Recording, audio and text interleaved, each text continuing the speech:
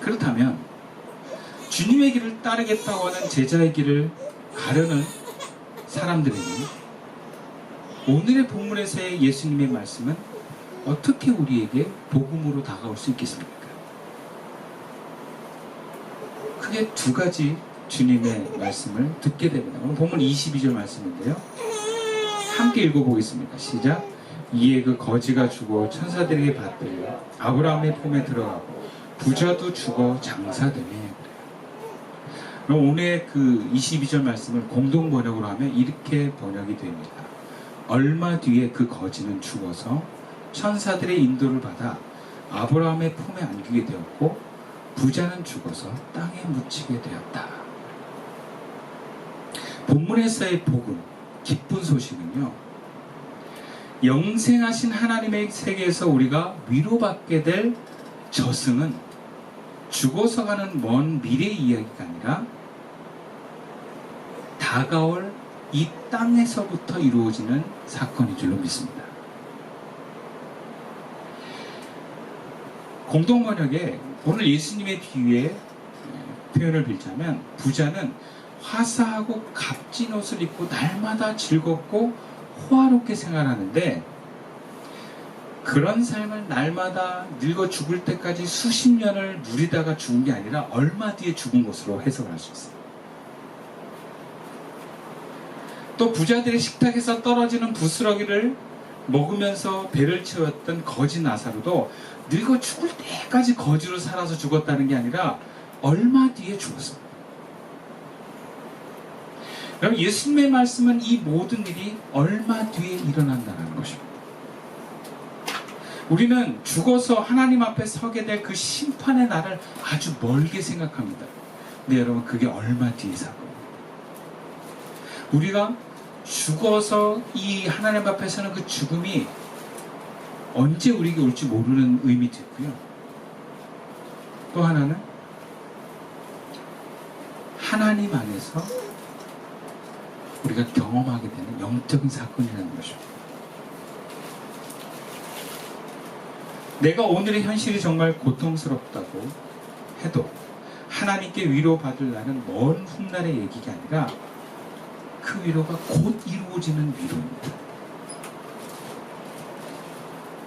하나님을 바라보면서 주님의 뜻에 따라 고통받는 사람들은 하나님의 위로만큼 강력한 것이 없습니다. 근데 하나님의 위로가 죽어서 저 세상의 천국에 가서 받는 게 아니라 여러분, 그 하나님의 나라가 오늘 우리에게 경험된 줄 믿습니다. 그 위로와 그 도우심은 오늘 우리의 삶에서 이루어집니다. 이게 얼마 뒤의 사건이라는 거예요.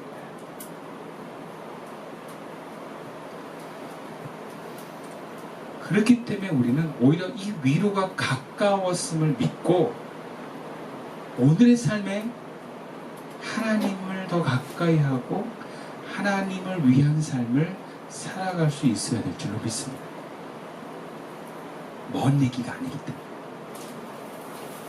어떤 사람이 이런 얘기해요. 예수만 믿으면 천국 가잖아요. 그러니까 죽기 전까지 내 마음대로 살다가 죽기 전에 예수 믿습니다 그러고 죽겠다는 거예요. 그럼 천국에서도 자기가 구원을 보장받는 거예요. 언제 죽을지도 모르고요. 마지막에 그에게 나올지 안 나올지도 모르고요. 그리고 하나님의 위로, 그리고 그 반대로 하나님의 징계와 고난은, 고통은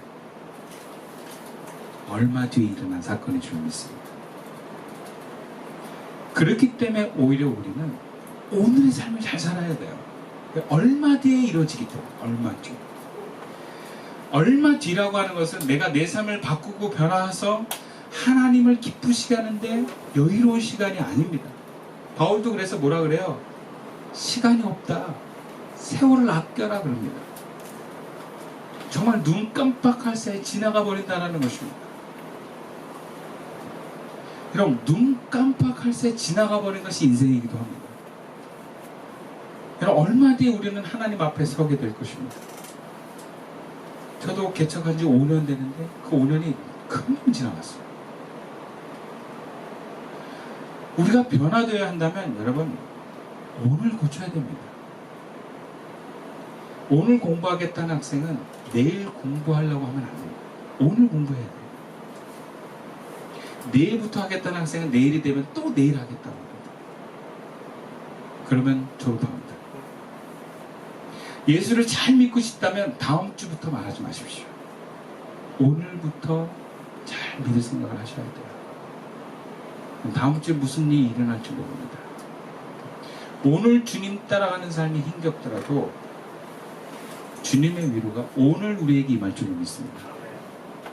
두 번째, 오늘 본문을 통해서 주시는 복음은 우리는 이미 그 어떤 것보다 크고 놀라운 하나님의 품에 있는 복을 누리고 있는 사람들이라는 거예요. 지금 우리에게 중요한 삶은 앞으로 우리에게 일어날 감정과 육체의 행복과 만족이 아닙니다. 사실 우리가 이 땅에서 안전하고 돈 많이 벌고 성공적인 인생을 바라는 이유는 거짓자가 만들어놓은 에고가 원하기 때문에 그래요. 에고가 그거 아니면 내가 불안하다고 얘기를 하기 때문에 그래요. 그래서 내가 변하기보다는 내가 두려워하지 않아도 되는, 내가 존재감이 확인되는 상황을 만드는 데 전념을 하게 만듭니다. 이것은 에고의 만족이지 영의 만족이 아닙니다. 우리가 이 에고의 만족을 향해 있는 것을 향해서 거짓 소망을 갖고 있다라고 얘기합니다. 여러분, 여기서 빠져나올 수 있길 축원합니다. 적어도 구원받는 하나님의 백성은 여러분 동물 개돼지가 아닙니다. 그냥 밥 먹고 안전하면 행복한 그런 수준의 사람들이 아니에요. 또 마음이 두렵지 않고 기쁘기만 하면 되는 그런 어린아이가 아닙니다. 누가 나를 지적하고 혼내지만 않으면 행복하다고 여기는 아무 생각 없는 청소년들이 아니에요. 하나님의 백성은 하나님의 자녀입니다. 하나님의 생명의 영을 받는 하나님 같은 존재가 바로 하나님의 구원받은 백성입니다. 그 생명은 하나님의 영을 받는 귀한 존재입니다. 영이 잘 되는 것이 중요합니다. 그리고 따라오는 여러 가지 만족과 행복을 갖는 그것이 그리스도인의 삶의 방향이 되는 것입니다. 그래서 요한일서에도 내 영혼이 잘됨 같이 네가 범사에 잘되고 강건하기를 내가 간구하노라. 영혼이 잘되는 것이 우선입니다. 영을 무시하고 내 감정과 내 몸과 내 존재감을 확인받고 만족하고 그것의 행복을 결정하는 것은 여러분 그건 그리스도인의 삶의 자세가 아닙니다. 구약의 표현으로 네피림 같은 존재, 사람의 아들, 사람의 딸들. 하나님의 자녀든 에덴 동산에서 모든 동물에게 이름을 지어주고 그 아름다운 세상을 관리하고 하나님과 교제하며 영으로 하나님과 소통하며 살아가는 존재가 바로 하나님의 구원받은 백성입니다. 그런 우리들이 돈 많고 세상에 성공하고 아들, 딸들에게 존경받고 호의호식하는 삶을 부러워하고 있다면 여러분 우리의 방향을 잘못한 거예요. 그것으로부터 벗어나야 합니다. 내가 누구인지를 잃어버리면 안 됩니다. 영을 잊어버리면 하나님으로부터 공급되는 생명과 능력을 잃어버리는 사람입니다. 본문 22절을 다시 한번 다 같이 읽어봅시다. 시작. 이에 그 거지가 죽어 천사들에게 받들 아브라함의 품으로 들어가고 부자도 죽어 장사되며. 여러분 예수님께서는 본문에 비유해서 하나님의 품에 들어가는 것이 죽어서 가는 것임을 말씀하셨지만 이것은 비유입니다. 성령이 오시는 시대, 성령의 시대는 오늘 이 땅에서 우리가 영으로 하나님의 품에 함께하는 줄로 믿습니다. 이것이 구원받은 그리스도입니다. 거지 나사로가 이승에서 온갖 고생을 하면서 살았지만 죽어서 하나님 품에 있게 되므로 삶의 모든 고생이 보람받은 것으로 보여집니다. 이승에서 온갖 사치와 복을 누린 부자보다 훨씬 복되고 의미 있다라는 것을 말씀하고 있는 거예요. 두 삶의 인생에서 한 인생을 선택한다면 오늘 성경은 거지 나사로의 삶을 선택하라고 말하고 있습니다. 아니 부자도 나같이 살면 안 된다고 형제들에게 얘기해달라고 아브라함에게 부탁을 합니다. 이 땅에서 호의호식을 누리고 하나님 나라에서 고통당하는, 하나님께 분리되는 인생이 되는 것보다 이 땅에서 거지같이 살아도 하나님 나라에 하나님 품에 있는 것이 더 우선하다라고 나처럼 살지 말게 해달라고 자기 형제들, 남의 형제들을 위해서 누군가 보내주고 얘기해달라고 부탁을 해요. 예수를 믿어 구원을 받아 가장 복된 인상이 바로 하나님의 품에 그 영이 거하는 것인 줄 믿습니다. 그리스도인은 바로 이것의 의미와 행복을 두고 가는 사람들을 바로 그리스도인이라고 합니다. 그럼 여기서 또 한 가지 의문을 가지고 있었어요. 그러면 이 땅에서 부자로 산 사람들은 죽어서 하나님 안에 거할 수 없는 것인가? 이 땅에서 우리가 부자로 살면 안 되는가? 성공하면 안 되는가? 그런 사람은 구원받아 하나님의 품에 거할 수 없는 건가? 분명히 얘기하면 성경은 이렇게 얘기합니다. 부자는 천국에 갈 수 없다. 물론 돈을 많이 갖고 있어도 그것이 내 것이 아니고 청지기적인 사명을 갖는 사람은 부자가 아닙니다. 오히려 자기 재산을 사용하는 부자는 하나님 품에 거할 수 없지만 청지기적으로 그 많은 재물을 하나님의 뜻대로 운용할 수 있다면 얼마든지 천국을 갈 수 있어요. 반대로 가난하더라도 그 가난한 조금 있는 재산도 내 거라고 우기면 그 사람은 하나님 나라에 들어갈 수 없어요. 부하냐 가난하냐가 중요하지 않습니다. 내가 지금 내 영이 하나님 품에 있는 사람인가 아니면 분리되어 있는 사람인가가 중요합니다. 그런 의미에서 그리스도인의 삶의 목적은 영이 있어야 합니다.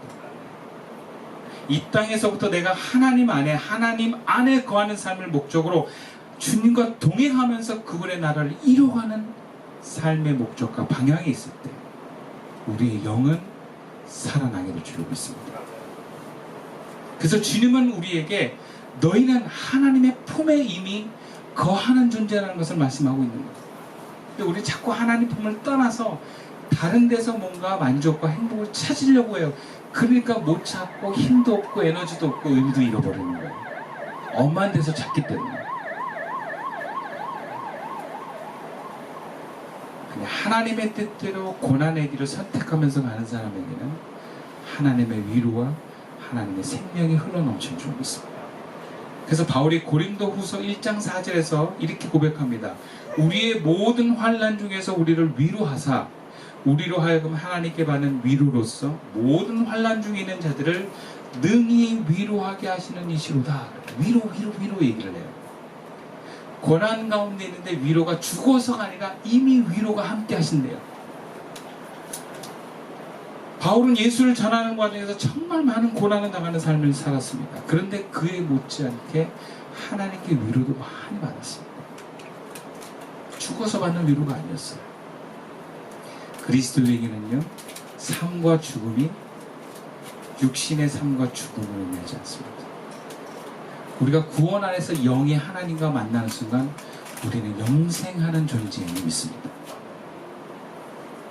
그래서 그리스도에게는 행복이 바로 이것입니다. 이 땅에서 고통을 받는 한이 있어도 우리의 영은 하나님과 맞닿아 있다라는 거예요. 그 맞닿아 있을 때 주님의 위로가 우리에게 임합니다.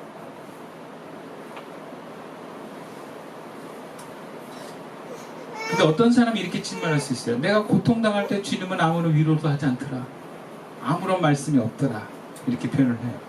근데 그럴 때는 몇 가지를 살펴봐야 돼요. 첫 번째는 내가 고난을 당하는 게 죄 때문에 고난일 수 있어요. 그러면 그때 위로를 받을 생각하지 말고 회개할 생각을 해야 돼요.